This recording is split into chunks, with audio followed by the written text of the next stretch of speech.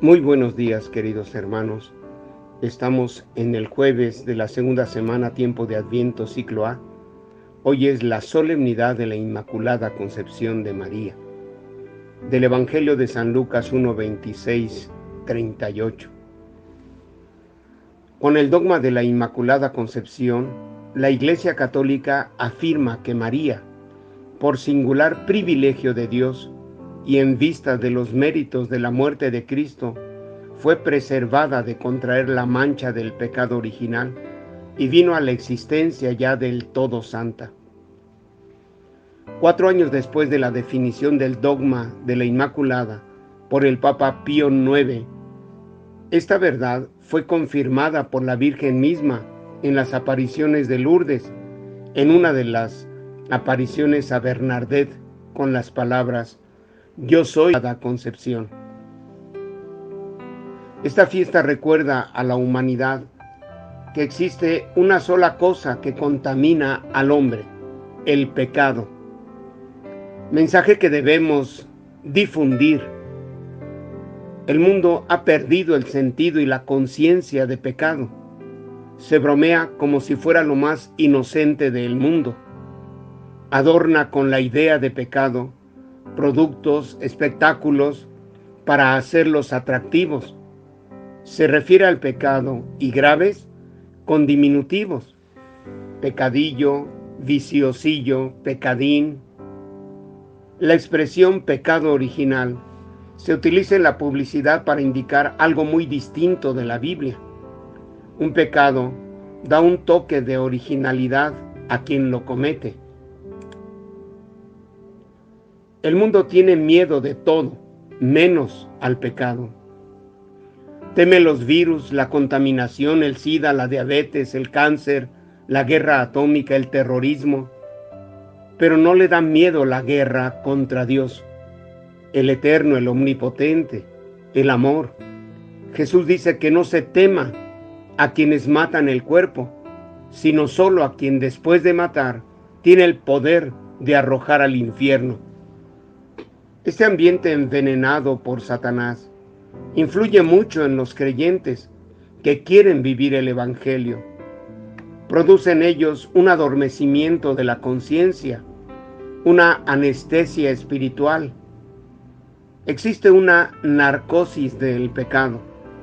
El pueblo cristiano ya no reconoce a su verdadero enemigo, el Señor que le mantiene esclavizado, solo porque se trata de una dorada esclavitud. Muchos que hablan de pecado tienen de él una idea equivocada. El pecado se despersonaliza y se proyecta únicamente sobre las estructuras. Se acaba por identificar el pecado con la postura de los enemigos políticos o ideológicos.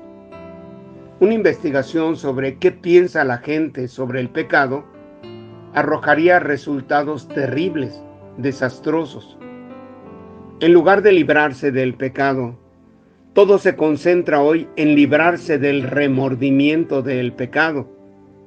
En vez de luchar contra el pecado, se lucha contra la idea de pecado, sustituyéndola con el sentimiento de culpa. Lo que se hace es negar el problema en lugar de resolverlo, echar y sepultar el mal en el inconsciente en vez de extraerlo y quitarlo, como quien cree que elimina la muerte quitando el pensamiento sobre la muerte, o quien se preocupa de bajar la fiebre sin curar la enfermedad, si la enfermedad es el síntoma. San Juan decía que si decimos que no tenemos pecado, nos engañamos y hacemos de Dios un mentiroso. Dios dice lo contrario, que hemos pecado. La Escritura dice que Cristo murió por nuestros pecados. Si quitan el pecado, hacen inútil la Pascua de Cristo. Has destruido la razón de su muerte. Cristo habría luchado contra molinos de viento. Ha derramado su sangre inútilmente. El dogma de la Inmaculada Concepción de María nos dice algo muy positivo: que Dios es más fuerte que el pecado y que donde abunda el pecado, sobreabunda la gracia. María es la señal y garantía de esto.